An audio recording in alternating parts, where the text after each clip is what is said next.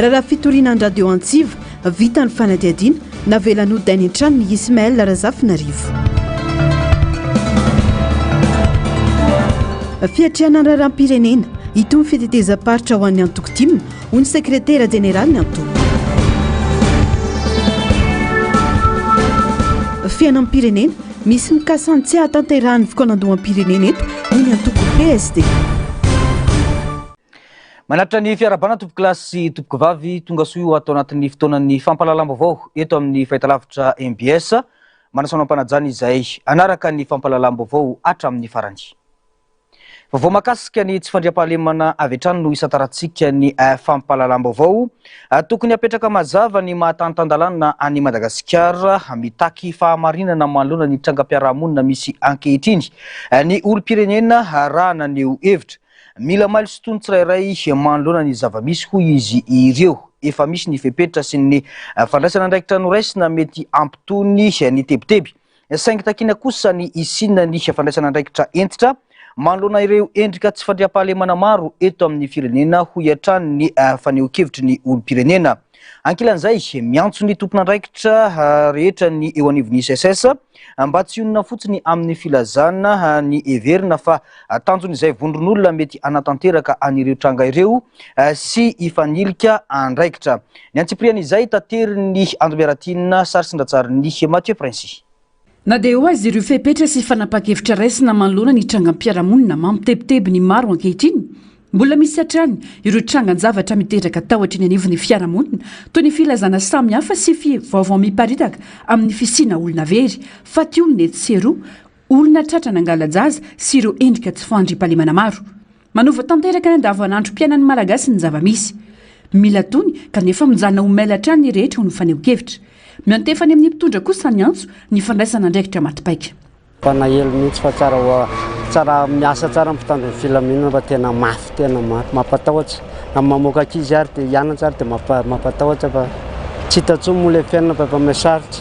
Fitsakan'izay dia midina zany ny fiainam-pirenena raha ohatra hoe tsy fandriam-pahalemana ny tsy manjaka eto amin'ny firenena. Ny ankapobeny aloha dia tena mahavariana sy mahatalanjona ilay izy azonao ary tena mbola tsy fahita hatramin'izay natan'ny tany angamba zao isan'olona very zao dia na ny tena aza na ao an-trano aza dia mitaintaina nakaiza indray ilay zaza nakaiza indray ilay zaza fa dia tsy fantatra tsao fa tokony mba hodiniana akaiky mihitsy momba an'io fa tena tsy fantatra tsony e. Dia mpitondram-panjakana zany tokony hoentitra mihitsy mitady marina amin'ilay izy. Mampitaitaina mampitsy te hivoaka ny trano mihitsy ilay izy. Enjana be ilay tsy fandriam-pahalemana zany fa tsirairay no mila mandray andraikitra. Nay zany zao ny zaza tsy azo alefa mandehandeha mivoaka mihitsy tsy azo alefa mandeha rery, tsy azo atao manakaiky vavahady ao an-trano foana. Miasa ny fitondram-panjakana ary hita mitraika ny anivon'ny fiarahamonina zany na ny fahitan'ireo mpitandro ny filaminana mivezivezy eny anelakelan-trano fotsiny aza. Na izany aza nefa takina amin'izy ireo ny hanaovana fanadiadiana lalina sy hamoahana ny marina amin'ny vahoaka. Vahaolana narosy ihany koa ny tokony hamelomana ny andromaso isapokotany.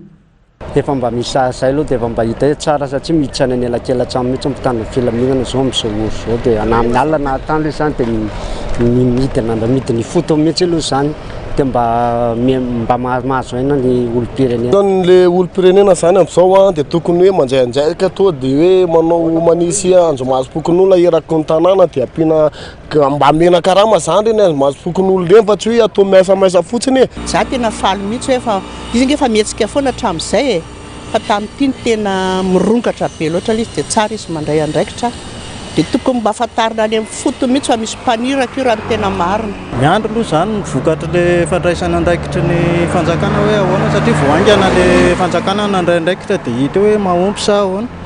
Fa raha ny androany aloha zany mbola misy filazana foana ilay hoe misy olona tsy hita, misy ohatra zao. Efa tsara ny fampisehoan-kery amin'ny fahavononana hiatrana ny zava-misy. Fa ny vokatra amin'izany ho tena andrasan'ny olom-pirenena isian'ny fitoniana eto amin'ny firenena ho ny faneho-kevitra. Tsy tokony ho amaivanina ny fizaram-baovao mari-potitra amin'ny olom-pirenena ary tsy azo amaivanina ihany koa nefa ny resaka politika ento mandamina ny firenena amin'ny alalan'ny fikonan-doham-pirenena. Ny isian'ny fitoniana dia ny olona maheno fa misy azony iakinana sy miaro azy. Efa tsara ilay fampisehoan-kery filazana ny fahavononana hiatrika zao zava-misy izao fa tsy ampy izany. Ny tena ilain'ny olona dia ny vokatra. Iza no ambadika izao fanakorontanana izao, iza no ambadika. Ary izay vaovao izay no ilain'ny olona mba hampitony ny sainy hoe fantatra aloha hoe iza no ao ambadika izao fanakorontanana izao. Ary izay zavatra izay no mila isintonako ny sain'ny fanjakana hoe omeny vaovao marina ny olona izay rehetra olona voasambotra, dia lazao amin'ny vahoaka hoe inona no asany tao anatin'ilay asa lehibe fanakorontanana. Iza mpanome baiko? Ireo tratra ireo moa zany dia mpanatanteraka, fa iza ny mpanome baiko? Tsy azo atao atsirambina koa anefa ny resaka politika, satria zany no mandamina ny firenetsika. Nataiza ny siny miady dia miady aloha, fa rehefa farany mipetraka eo ambony latabatra boribory. Ka ny tikanongavana dia hoe ilaina faran'izay maika ny hipetrahana eo ambony latabatra boribory dia ny fikaonandoam-pirenena izay. Nivoaka tamin'ny fanginany ihany koa ny CSS manoloana ny zavamisy ka miantso ny tompona andraikitrisana ambaratongany tsy onona fotsiny amin'ny filazana ny everina fa tanjon'izay vondron'olona mety manatanteraka n'ireo tranga ireo sy ifanilika andraikitra. Tsy misy fampijaliana vahoaka faran'izay mahonena sy mamoetra mihoatra ny fangalaran'olona sy fakanatova miafara amin'ny fandatsahana ny ainy menaky ny ainy ho izy ireo nanamafy. Ny famongorana amin'ny fotony ireo tranga ireo no andrasana vahoaka malagasy amin'ny fitondrana mahefa sady fitondra miaramila. Tato anatin'ny herinandro misy ary miamafatra ny fepetra raisiny ny fitondram-panjakana manoloana ny zavamisy. Ankoatra ireo fanapahan-kevitra rehetra noraisiny efa fatsangana etsy amin'ny komisaria foibe tsara lalàna ihany koa amin'izao ny fipibaikona ny centre opérationnel de commandement na ny COC andrindra ny paikady rehetra manoloana ny tranga misy ny anivon'ny fiarahamonina ifitoeran'izay hiasa na andro na alina. Fa mahakasika indrindra izay vaovao izay dia mitoy ny fampiororona mahazo ny vahoaka malagasy amin'izao fotoana izao. Lehilahy iray sy vehivavy iray no nosamborin'ny fokon'olona teny Tsaramasay ny antoandro teo. Voalaza fa nikasa angalajaza izy ireo. Rehefa natao ny fisavana dia nahitana seringy, mosoara, ranomanitra ary basy tany amin'ireo olona ireo. Tamin'ny alalan'ny balona no nanadalany ireo ankizy saingy tsikatry ny olona teo amin'ny manodidina izany. Norotahan'ny fokon'olona izy ireo ka naratra mafy tonga teny an-toerana kosa ireo mpitandro ny filaminana fotoana fohy taorian'izay. Ankoatra izay nisy rantina voaka ny mpanakanto Joyce Menamakoa ny antoandro teo milaza fa olona lehibe iray sahabo 7 na 10 taona eo no nalaina andian'olona 4 amin'ny sarotava ankeriny. No bataina tao anaty fiara 4x4 io olona io niantso vonjeo saingy tsy nisy hafa nanoatra. Miantso ny olom-pirenena ity mpanakanto ity mba hiantso vonjy rehefa mahita tranga mampiaya ary raha misy ny hiaramboina dia tsara foana ny mifanampy hoy ny fanamafisana. Fa misy manararoatra ny faharefona amin'ny tsy fivoaran'ny fiainan'ny malagasy izay manantena fanavaozana sy fanovana ny mety ho ambadiky ny zavamisy ankehitriny hoy ny fiarahamonim-pirenena androany. Mila fiheverana sy fandraisana andraikitra maika sy aingana amin'ny fandaminana ny eny fotony zavamisy hoy hatrany ny fanamafisana. Tsy afa-miala ny fitondram-panjakana manana didy ihany koa ny olom-pirenena sy ny heriverona rehetra manoloana ny zavamisy hoy hatrany ny fanazavana. Fanadidiny ando miaratinina sarisindratsariny Mathieu Prince hatrany. Manameloka ny endrika fanitsakitsana ny zoma olona ary tsy manaiky ny fitohizan'ny herisetra izay mampitombo tahotra ny rehetra ny fiarahamonim-pirenena raha nanao fanambarana androany. Fanitsakitsana zo iaina am-pilaminana sy am-pitonina, ny zo azo fiarovana, ny zo iaina anaty tsy fandriampalemana, ny zo tsy iaina herisetra sy ny asin'ny maolona ny zavamisy ankehitriny. Rehefa manjaka ny tahotra sy ny tsy fandriampalemana dia voasakana hivezivezy ny olom-pirenena ka hiteraka fiemorana amin'ny lafiny maro. Tsy afa-miala ny fitondram-panjakana manana didy ihany koa ny olom-pirenena sy ny herivelona rehetra manoloana ny zavamisy. Miantso ny fanjakana sy ireo tompona andraikitra rehetra misahana ny filaminam-bahoaka izahay mandray andraikitra aingana sienitra amin'ny fikarohana ireo olona mbola tsy hita, amin'ny famotorana ireo raharaha rehetra ary amin'ny fisamborana sy fanenjehana ireo tomponantoka araka ny lalàna. Takina ihany koa ny amohanana vaovao sy fanazavana marina feno ary mangarahara amin'ny vahoaka mampianana ny aiasa ny tsao ary amin'ny amafisana fitokisan'ny olom-pirenena ny androm-panjakana. Manentana ny olom-pirenena rehetra ihany koa mba hanome fitoniana sy hanajany fanjakana tandalana sy tokony isy ny fitsaram-bahoaka ny valifaty na ny eritreritra ivelan'ny lalàna satria izany dia vao maika mampitombo ny tsy fandriam-pahalemana ary manohitoana ny tsony olombelona. Miantso ny ray aman-dreny, ny mpampianatra, ny mpitondra fivavahana, ny mitarika ny fotony, fikambanana ary ny olom-pirenena rehetra izahay mba hiary isalahy amin'ny fisorohana ny heloka behivavy. Fanombohana rehefa tsara ny filazana kabary ilazana fa tena hiady ary tsy andefitra ary anaparitaka paikady sy enti-manana anatsarana izany. Vokatra mazava nefa no andrasana. Mahita ny fiarahamonim-pirenena fa azo heverina ho misy manao fanararotana ny farefona amin'ny tsy fivoaran'ny fiainan'ny malagasy izay nanantena fanavaozana sy fanovanana zava-misy ankehitriny io. Fandaminana ny fotony amin'ny alalan'ny fifidianana sy fokotany ho anisan'ny takiana amin'ny fandaminana ny fiarahamonina malagasy ankehitriny.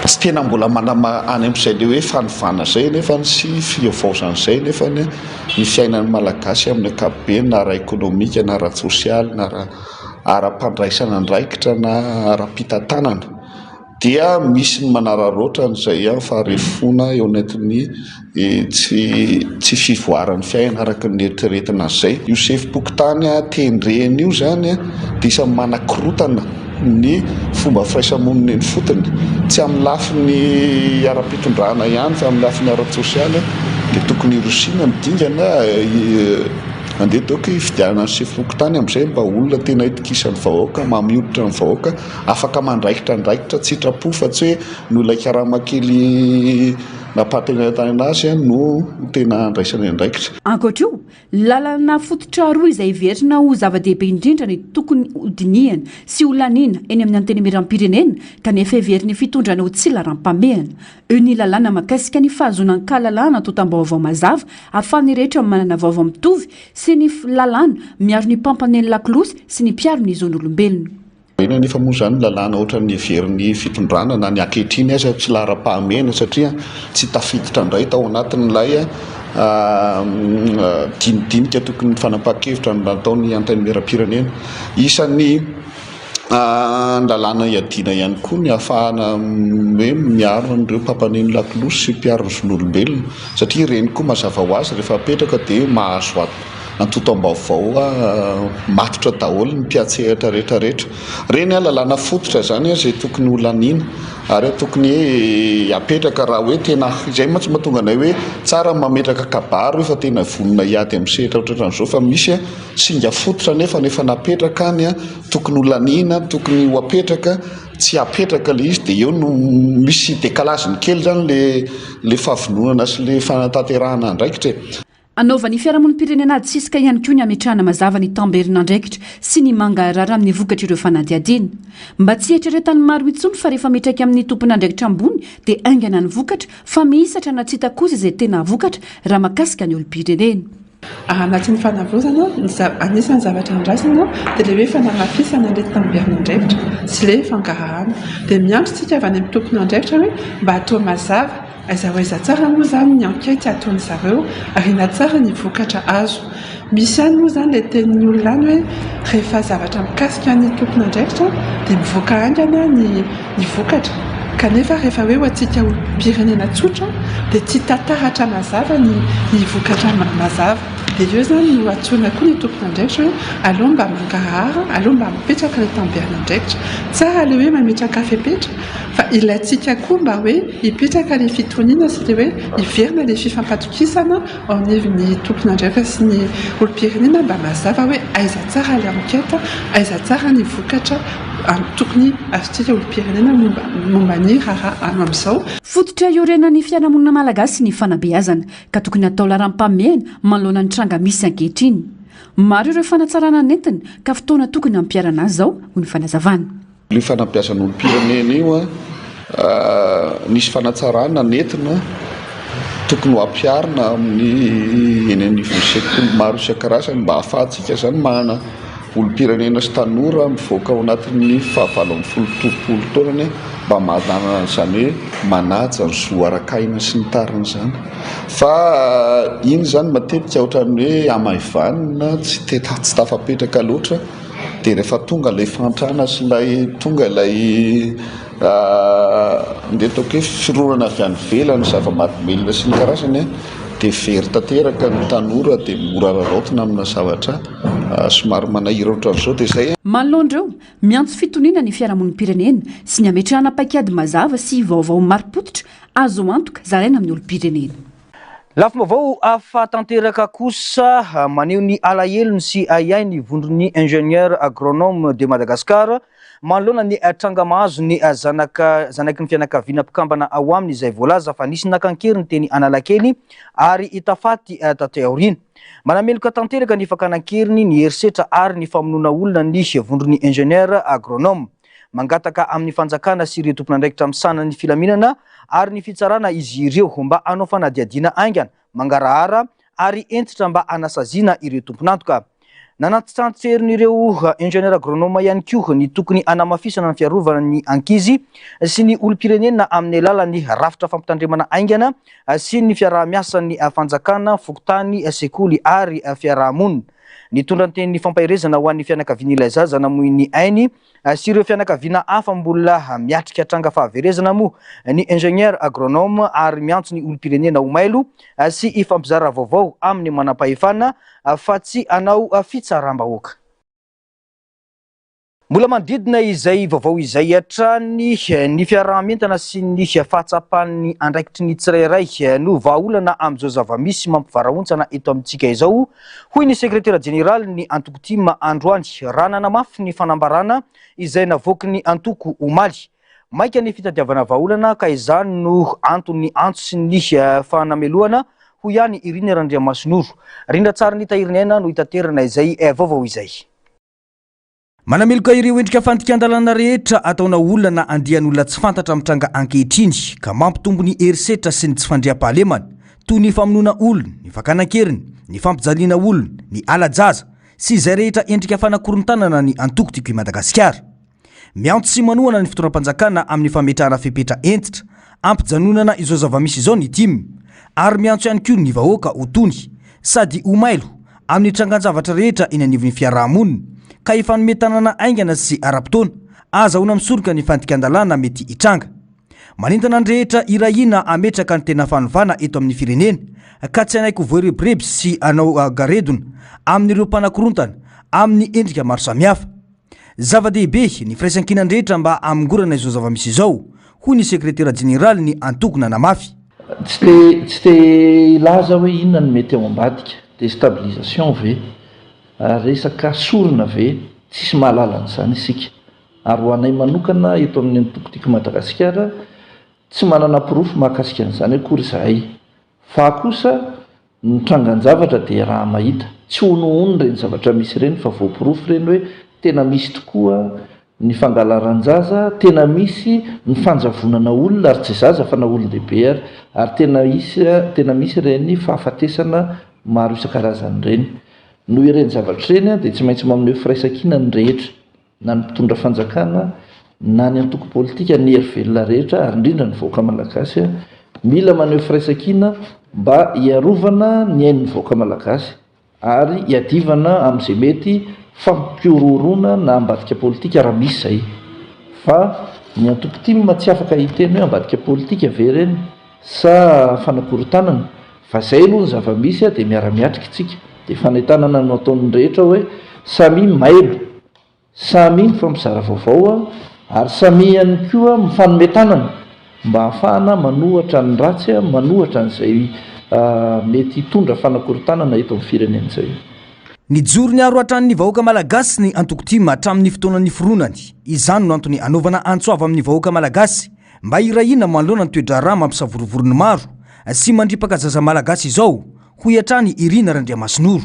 Raha misy ireny insécurité ireny dia mahatsiaro tompon'andraikitra foana ny antoko tima antoko politika azy mba miantso zany, manao antso voalohany ho an'ny fitondram-panjakana mba mijery akaiky ny toe-draharaha misy amin'izay resaka filaminam-bahoaka sy fiarovana ny vahoaka izay. Ny faharoa, miantso ihany koa ny vahoaka mba tena hisiana firaisan-kina mba ahafahana misoroka n'ireny trangan-javatra isan-karazany ireny mba ahafahana miaro ny vahoaka, mba haneho firaisan-kina mihitsy hiaro ihany koa amin'izay mety fanakorontanana misy mety ambadika politika ve sa misy antony hafa.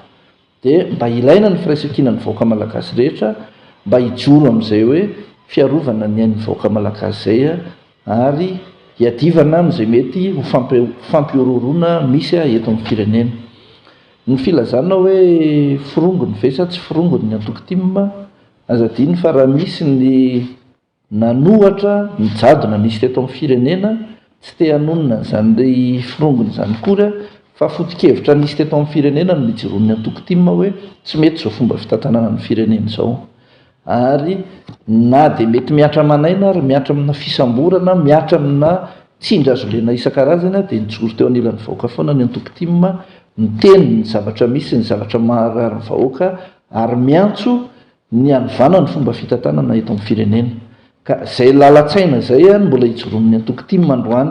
Rehefa misy ny tsy fehetezana na misy zavatra mandalo mahakarary ny vahoaka dia tsy maintsy mijoro ny Antokotim mandray andraikitra amin'izay zavatra misy eto amin'ny firenena zay. Ny fiarahamientana sy ny fahatsapahana andraikitry ny tsirairay no fototra ahafahan'i Madagasikara miverina amin'ny filaminana sy ny fandriam-pahalemana ho iatrany Irina Randriamasinoro.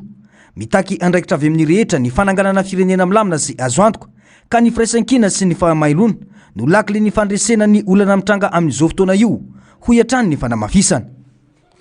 Vao makasika ny fiainan'antoko kosa indray dia fanabeazana ny mpikatroka sy fanomanana azy ireo amin'ny fiatrehana ireo dingana politika no isan'ny laharam-pahamena ho an'ny Antokotim amin'izao fotoana izao. Andraikitra napetraky ny lalàna amin'ny antoko politika izany ary anisan'ny fototra anamafisana ny fandraisana anjaran'ny olom-pirenena amin'ny raharaham-pirenena.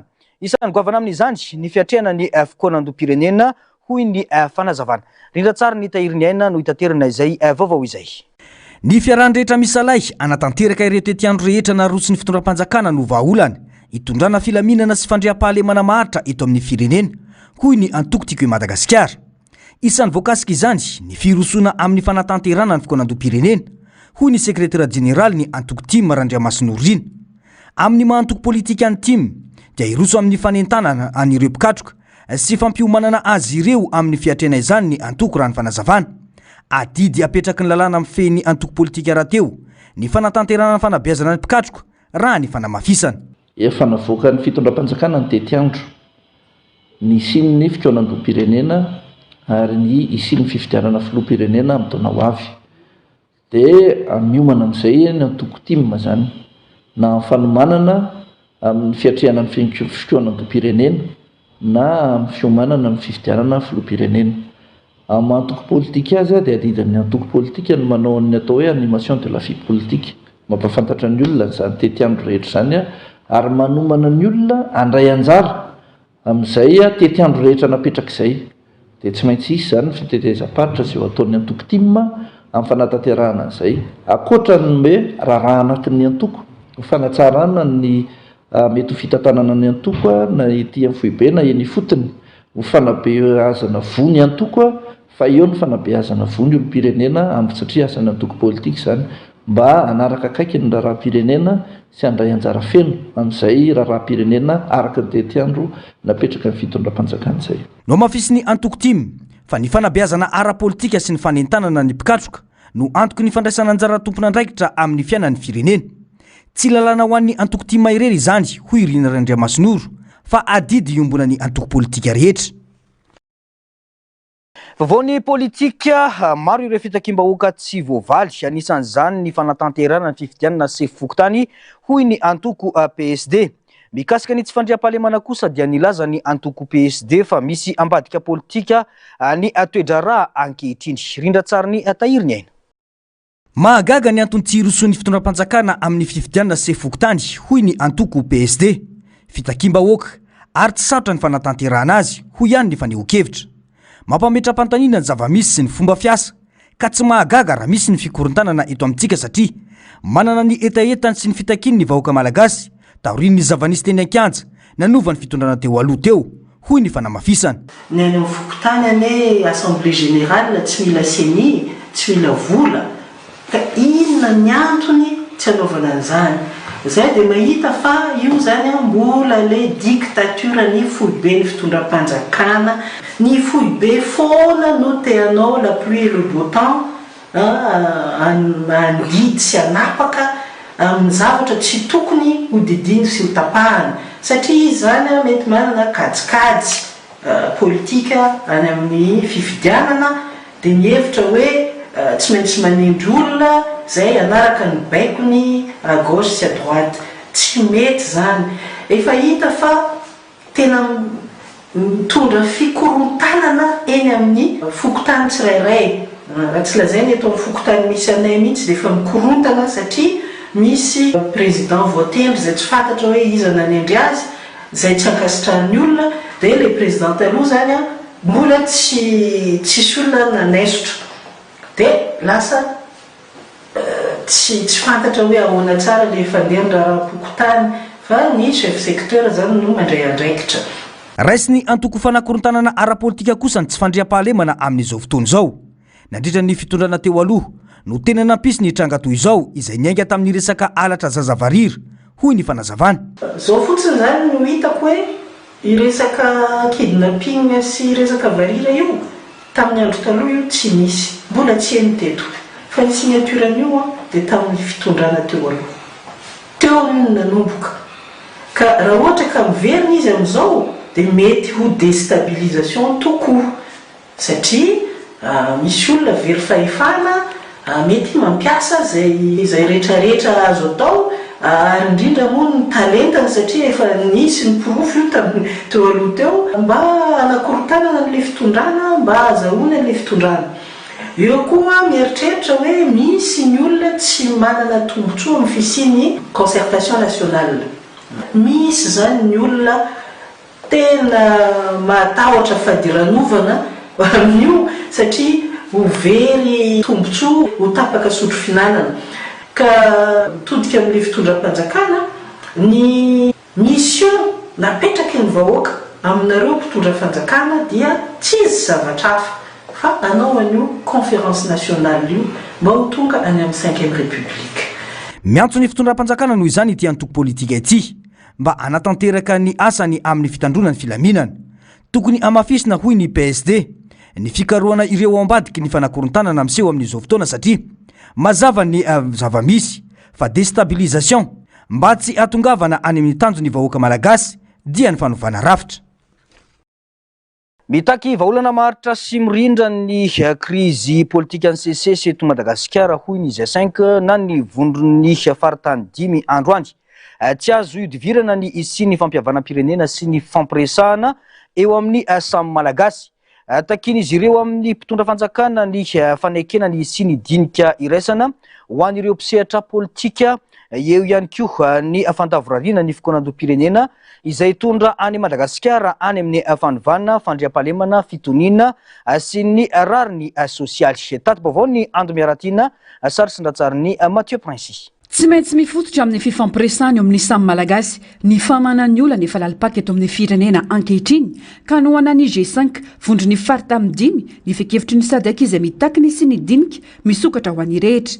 Miantefa mivantana any amin'ny mpitondra fanjakana any antsono izy ireo anaiky ny siny ny dinika iraisana ho an'ny mpisehatra politika rehetra. Izahay dia manaiky ary miaro ny déclaration zay nataony SADC tamin'ny farany teo izay miresaka momba ny dialogue inclusive 5000 koa izahay G5 fa ny vahaolona tena maharitra dia tsy maintsy mifototra amin'ny fihavanana sy ny fampiresahana eo amin'ny samy malagasy. Eo anatrehan'izany dia manao antsoavy ny G5 ho an'ny mpisehatra politika sy ny hervelona rehetra mba hitambatra hamoaka ny hevitra iraisana ho amin'ny accord politika ho tombotsoa ambony ny firenena. Noho izany dia mangataka ny fahendren'ny mpitondra ny fanjakana ny fanavaozana izahay mba anaiky isiany dinika iraisana ho an'ny mpisehatra politika rehetra mba isiany vahaolana ho an'ny fitiavan-tanindrazana. Fangatana moa igny SADC moa efa namoaka ny heviny izay G5 zany tsy afaka nohitra zavatra teny SADC amin'ilay hoe dialogue inclusive fa ny anay le dialogue inclusive no tena irizirianay hoe tokotro isiany ny firaisan-kinatsika mpanao politika ny firaisan-kinatsika hervelogno eto sinon tsy tafavoaka zany dialogue zany.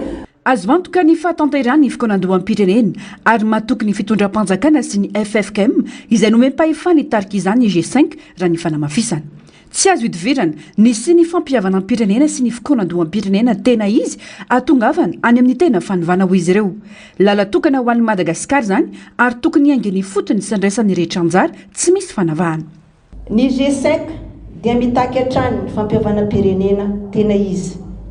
Ny concertation nationale tena izy hitarika amin'ny fanovandrafitra izay makany amin'ny fitsinjaram-pahefana tena izy ho amin'ny 5e république zany fanavozana izany dia mitondra ny fandriam-pahalemana sy ny fitoniana ary ny rally sosialy eto Madagasikara. Amin'ny eritreritrinay G5 zany le faharetam-pirenay zay zany mbola manantena ny fahavitan'ny fitokondom-pirenena amin'ity taona ity araka ny teteandro izay efa nataony FFKM. Efa niona tamin'ny FFKM koa ny G5 ary nampanantena ny FFKM fa efa manomboka ry zareo manao ny fandrindrana rehetrarehetra ary anomboka koa ry zareo amin'ilay formation des formateurs fa ny daty mois de juillet ity no anaovandry zareo anazy.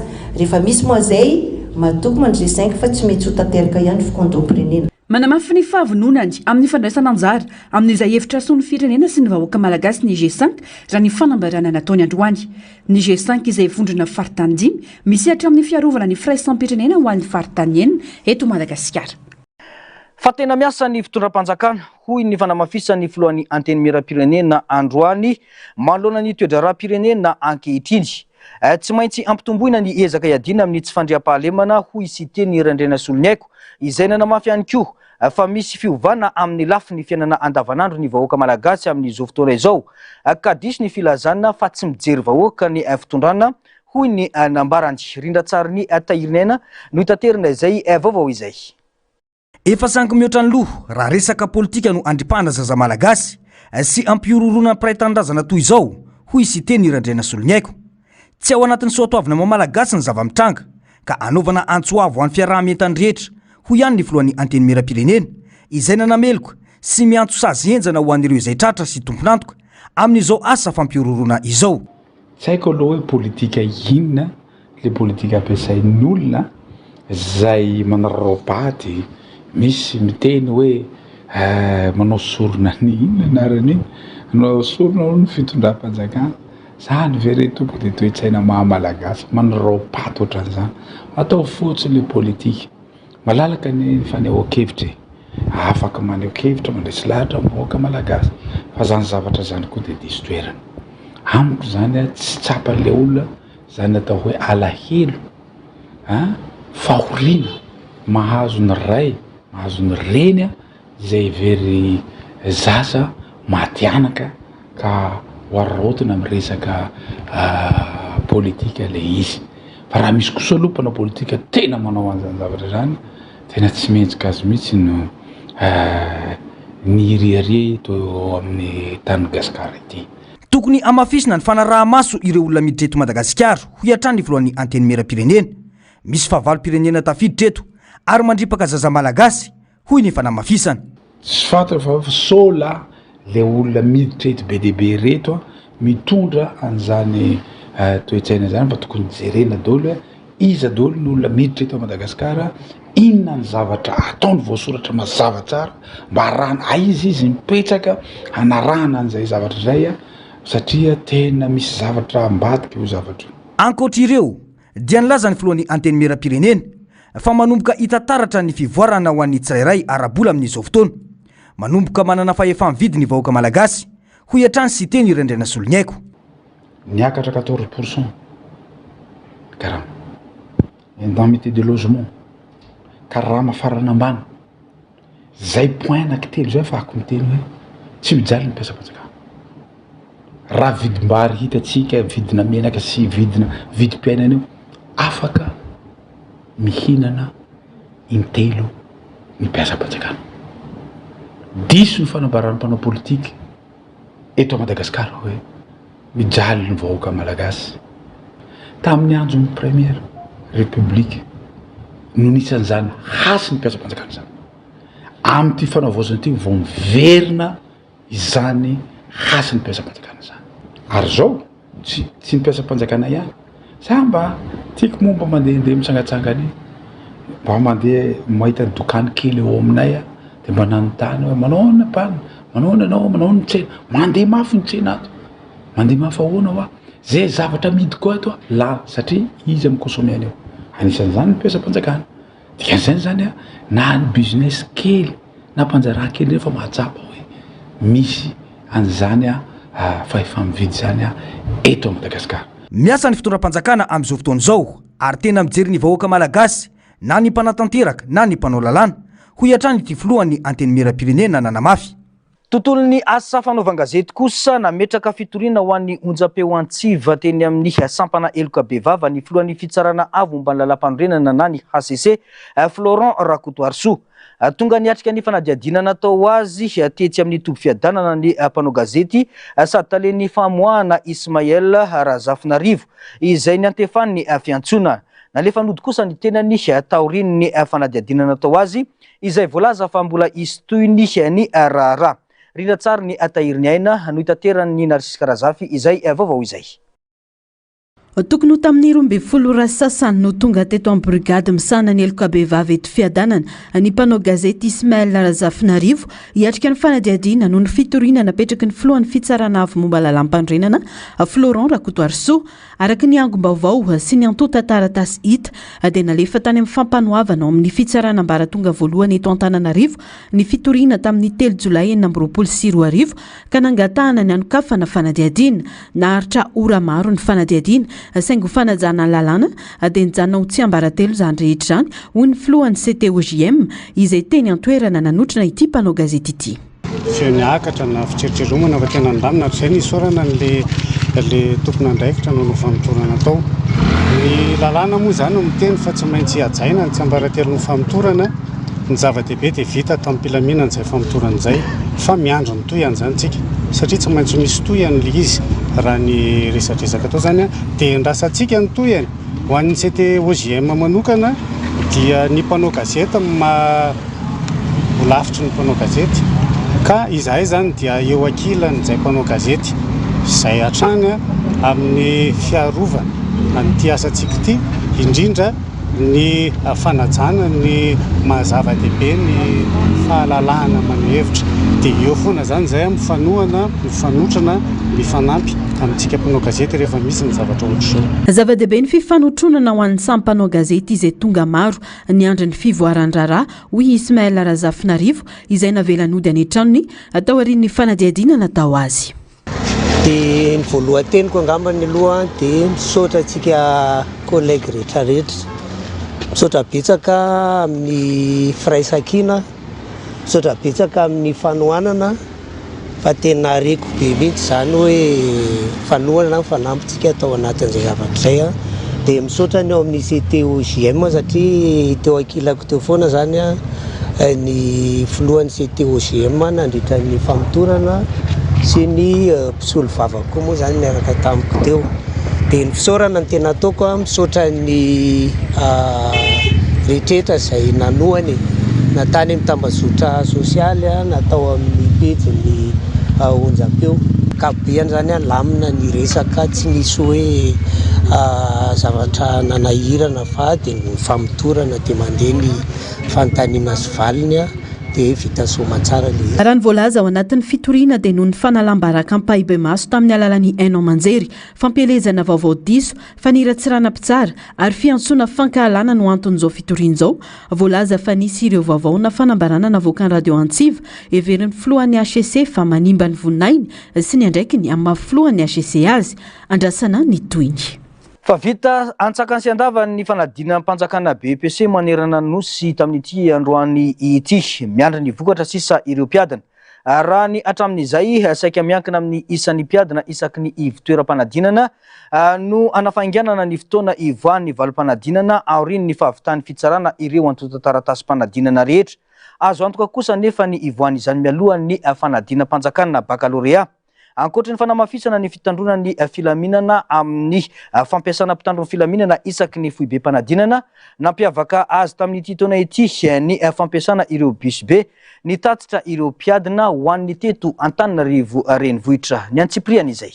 ambony tokony an'ireo mpiadina BEPC tsy nisy zavatra nanano sarotra tamin'ny fanadinana fa efa saikita tany am-pianarana avokoa taranja fitoloana nadinan'ireo mpianatra nandritra ny efatrandro izay ny faranandro hoany ho an'ireo safidy ny option A na izany tsy izany samy nanananahirana azy ny mpianana tsirairay kanefa samy manantena ny ho afam-panadinana avokoa somary sarotsarotra ihany ina zao tena sarotra matematika tsy de nianatra dia tsy dia haiko ilay izy possible ho afaka sarotra ihany surtout matematika moa zany raha amina manokana aloha tsy haiko ny zareo français moa amina manokana azo lazaina hoe mba misimisy fanantenana ihany aloha raha aminay bebibeby kely any aloha niatrika an'ilay izy vita ihany ilay izy fa SVT ny atahorana kely izany tsy dia mahay fizika dia matematika dia aleoko manao A ny mora zao izy tao dia o fa nitako sarosarotsa tamina SVT le amina SVT le izy mbola nisy tsy nataony tany am-pianarana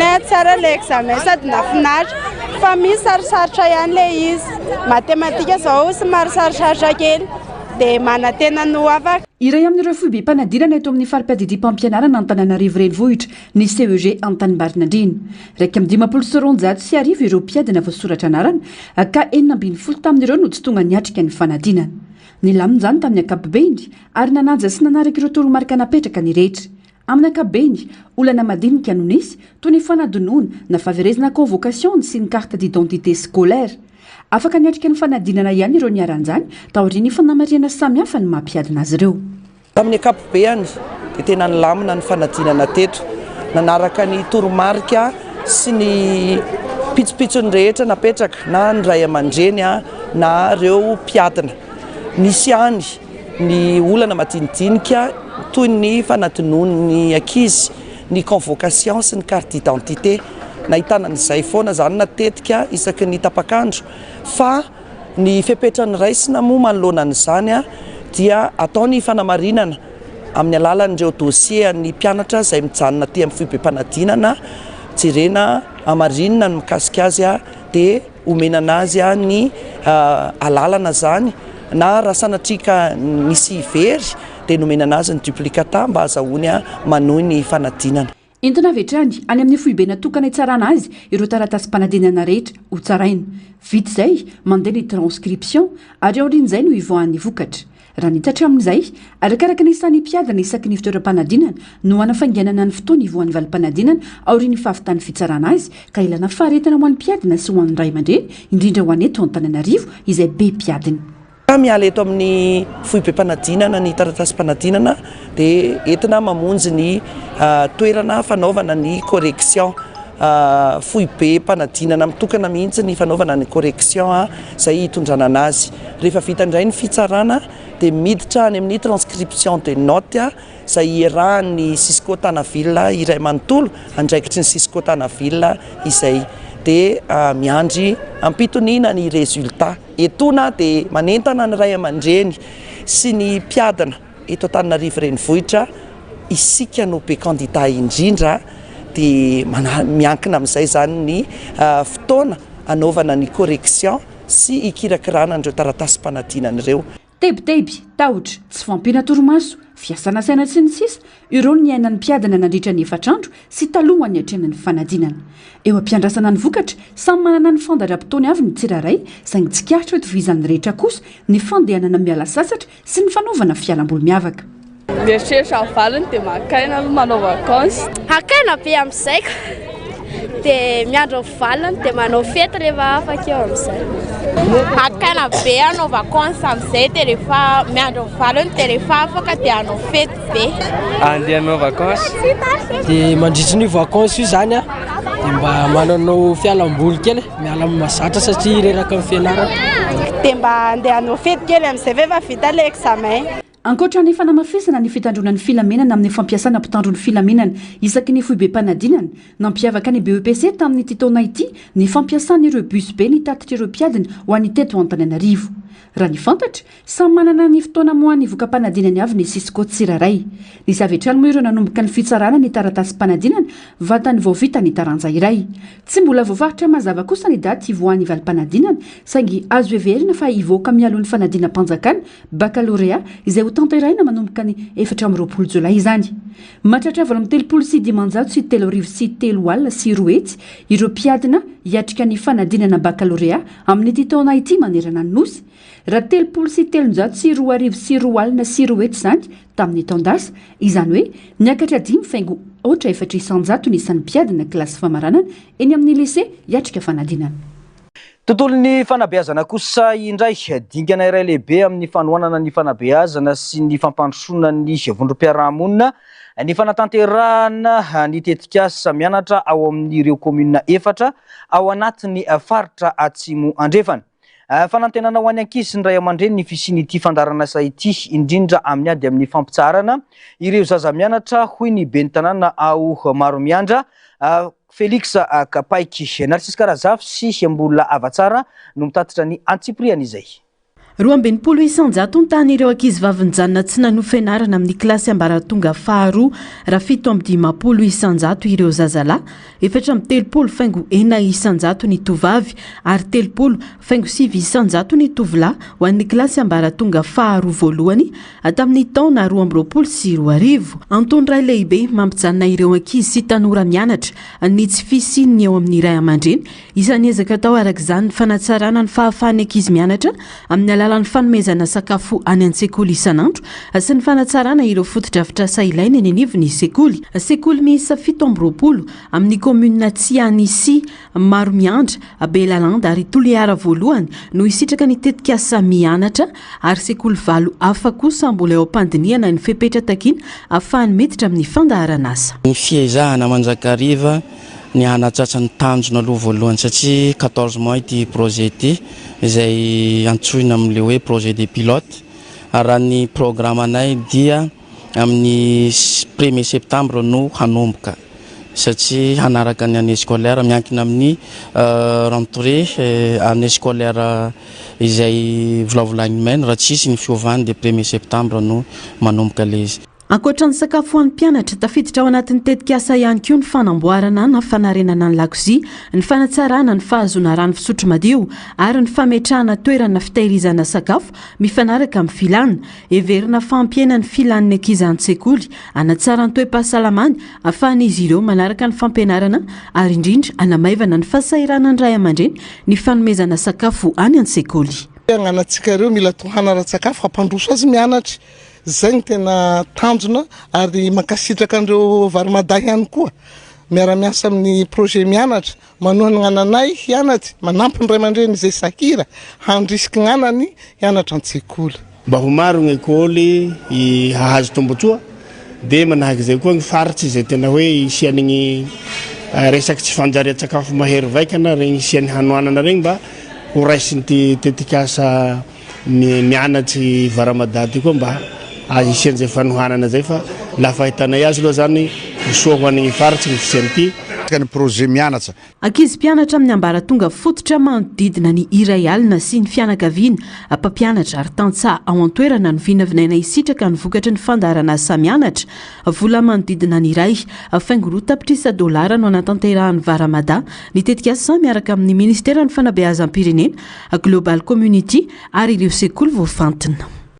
Tontolon'ny fifamoivoizana miantoka ny filaminana sy ny fandriam-pahalema ny fifamoivoizana amin'ny alalan'ny fanaraha-maso sy ny fanarahan-dalana ara-taratasy ary ara-teknika no ataon'ireo fiara mifamezivezy no asa fototra sahan'ny foibe ny fitsarana fiarakodia sy ireo tompon'andraikitra eo anivony ity sampandraraha ity fa indrindra mikasika ny fitsiriana ara-teknika tampoka eny Andalambe. Misy amin'izao fotoana izao ny etsika ataon'izy ireo izay tafiditra ao anatin'ny etsika fitandrona ny filaminana manoloana ny tsy fandriam-pahalemana misy eto amin'ny firenena. Narcisse Karazafy sy mbola avatsara no mitondra ny antsipriam-baovao. Ny fanaraha-maso eny an-dalana tao amin'ireo fiara mivezivezy dia mikendry indrindra ny soroana ireo fandika an-dalana mety hiteraka loza, indrindra ireo fiara manana olana ara-teknika aka heverina fa tsy afaka mandeha. Tafiditra ao anatin'ny hetsika ataon'ny fohy be fitsarana fiarakodia amin'izao fotoan'izao ny fitsirihana ireo fiara manana fitaratra mainty kanefa tsy manana taratasy mazava raha ny fanazavany Lieutenant Colonely Rakoto Mampianina Rija Alberto, lehibe ny tsampandrara misahana ny hetsika sy ny fitsirihana ara-teknika tampoka an-dalambe. Ireo fandika an-dalana miteraka fampidirana ambala-pamonjana izay matetiky tranga dia misy vitsivitsy ho tany saina amintsika. Fitsirihana ara-teknika lany paikandro, ny tsy fisian'ny fahazoan-dalana mampiasa fiara, ny modèle numéro 1 lany daty, ny fanararaotana amin'ny fampiasana reny carte rose reny ho an'ny fiara vaovao raha voalaza fa 5 andro ihany no voalazan'ny lalàna mifanandrify amin'izany. Ny fitaratra matroka tsy nazahoan-dalana, ny tsy fisian'ny vanditra manjelatra mamerika hazavana na ny bande rétro-réfléchissante, ny tsy fisian'ny takela-by mitondra ny laharan'ny fiara, ny tsy fisian'ny famikirana ny conteneur na ny twist lock ho an'ny fiara vaventy, ny fiara efa tsy azo ampiasaina mbola nalefa mifamoivoy na ny fiara efa inapita, ary ny tsy fisian'ny na lany paikandro na osoka amin'ny taratasy rehetra ilaina amin'ny fifamezivezen'ny fiara. Zava-dehibe ny fizahana mialoha eny amin'ny fadiseranana, ny fandraisana sy ny fitsirihana ara-teknika ara-potoan'ireo fiarakodia ho fisorohana mialoha ny loza ampifamoivozana. Jerena manokana ihany koa ireo fandika an-dalana mety hitarika fepetra manokana araky ny lalàna, ho kosa ny fanazavany jeneraly Andriatody Jean Benoit talemisana ny fandrindrana ireo hetsika an-dalambe. Ny asa iraka izay ampanaovina azy moa dia mizara roa mazava tsara. Voalohany dia misy ny asa manokana dia ny miantoka ny fiarovana ny fifamoivoizana manerana ny tany Repoblikan'i Madagasikara. Faharoa dia misy ny asa iraka mahazatra dia ny fisorohana ny lozam-pifamoivoizana, ary indrindrandrindra ny fitsirihana an-dalambe ara-teknika ireo fiara rehetra izay tsy havana na camion io na fiara-pitatitra io na fiaran'olon-tsotra io. Tsy misy fandoavana sazy eny an-tsehatra na eny an-dalambe raha ny fanazavana efa voafaritra ny toerana tokony handoavana izany ho fisorohana ny mety ho trangana kolikoly eo amin'ny mpitsirika sy ireo tsirihana. Tsisy fandoavam-bola azo atao zany eny an-tsehatra. Ny sazy omen'ireo mpitsirika dia ny voalohany sazina ny mpampiasa lalana hanamboatra ny fiarany, ny faharoa sazina ihany koa hanamboatra ho ara-dalàna ny taratasy mahakasika ny fiarany. Tanjona amin'izao hetsika izao ny ampihenana ny loza teraky ny tsy fahatomombanana ara-teknika amin'ny fiara ary hanentanana ireo mpampiasa fiarakodia sy kodiaran-droa mba hikarakara tsy tapaka ny fitaovany na amin'ny lafiny ara-teknika na amin'ny ara-taratasy. Fa ny fantoka betsaka tamin'ny fanavozana ny fitantanana sy ny fomba fiasa ary ny toe-tsaina ny asa nataon'ny faritra Analamanga tato anatiny enim-bolana. Napetraka ho lahara-pahamehana ny fitantanana mangarahara ny fanokafana varavarana ho an'ny rehetra ary ny fanomezana lanja ireo mpiasa eo anivon'ny faritra Analamanga. Eo amin'ny lafiny fampandrosoana ny fantoka tamin'ny fanamboarana foto-drafitrasa toy ny fanarenana lalana mihoatra ny 520 kilometatra, ny fanamboarana lalana amin'ny point Anton, ny fametrahana pavé ary ny fanatsarana toerana ho an'ny daholobe ireo asa. Teo sehatry ny fanabeazana nisy ny fananganana sy ny fanavozana sekoly ary ny fizarana fitaovana ho an'ireo mpianatra, nanohy ny fanohanana ireo sehatry ny fanatanjahantena, kolotsaina ary ainao manjery ihany koa ny faritra. Eo amin'ny lafiny sosialy nisy ny fanampiana ireo traboina vokatry ny rivodoza, ireo fianakaviana ny aramboina ary ireo sokajiny olona marefo. No mafisina ihany koa ny fanohanana ny tantsa sy ireo mpamokatra tamin'ny alalan'ny fizarana fitaovam-pamokarana sy masomboly. Eo amin'ny maresaka iraisam-pirenena mianaka tanteraka ao amin'ny Repoblikan'ny Demokratikany Congo ny valanaretina Ebola amin'izao fotoana izao. Ankoatra ny ady amin'ny valanaretina dia miatrika olana hafa ihany koa i RDC. Mitokona manko ireo mpiasa ny fahasalamana no ny fahatarany fandoavana ny karaman'izy ireo. Mbola tsy nazo karama izy ireo hatramin'ny purany ity valanaretina Ebola ity raha ny vaovao ny antsipriana izay.